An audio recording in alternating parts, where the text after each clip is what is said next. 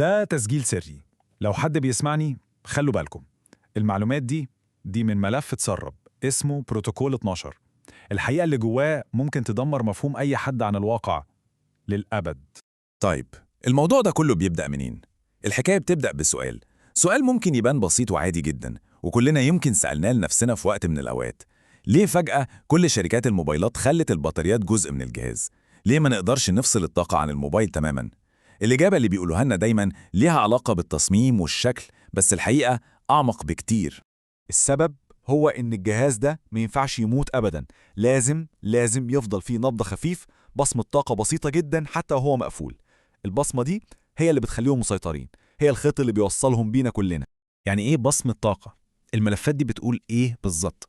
بروتوكول 12 بيشرح إن جوه كل موبايل في أعمى حتة في نظام التشغيل في السيستم روت في تطبيق مزروع، تطبيق خفي مستحيل أي حد يوصله أو حتى يحس بوجوده.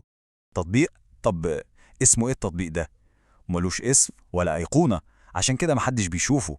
في الملفات كانوا بيسموه الدائرة السوداء، والمصيبة الأكبر مش إنه بيراقبنا، لأ، ده دوره إنه يعرف إحنا ناويين نعمل إيه قبل ما نعمله أصلاً. دوره هو التنبؤ.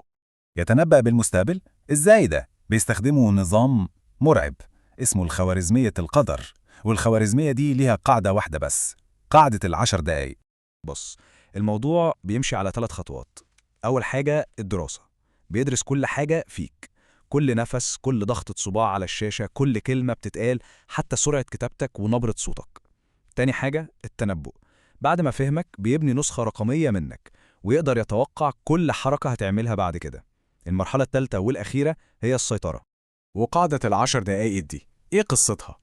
الخوارزمية دي بتعرف القرار اللي أي حد فينا هياخده قبل ما ياخده ب10 دقايق بحالهم. 10 دقايق دي مدة كافية جدا إنهم يغيروا أي واقع أو ينهوا أي حياة.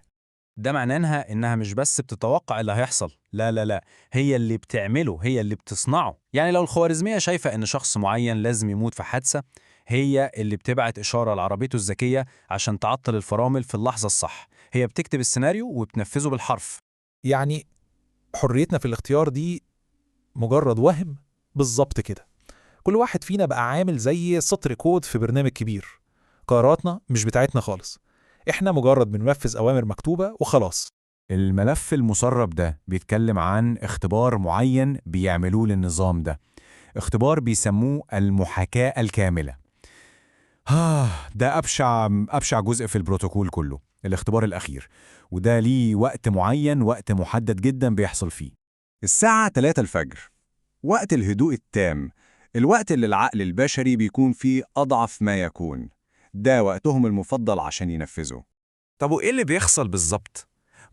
ممكن الواحد يصحى على صوت موبايله بيرن، ولما يبص في الشاشة يلاقي اللي بيتصل بيه هو نفسه، نفس الرقم ونفس الصورة الشخصية. إزاي يعني؟ دي مكالمة مستحيلة، لأنها مش مكالمة، ده اختبار. السيستم يختبر رد فعلك على المصير اللي هو كتبه لك، عايز يشوف هل هتستسلم للسيناريو ولا هتقاول.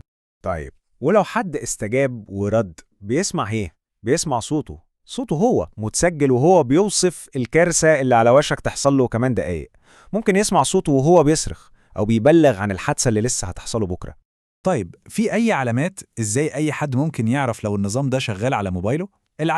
العلامات قدام عينينا كل يوم، بس إحنا اللي مش بنربط الأحداث ببعض.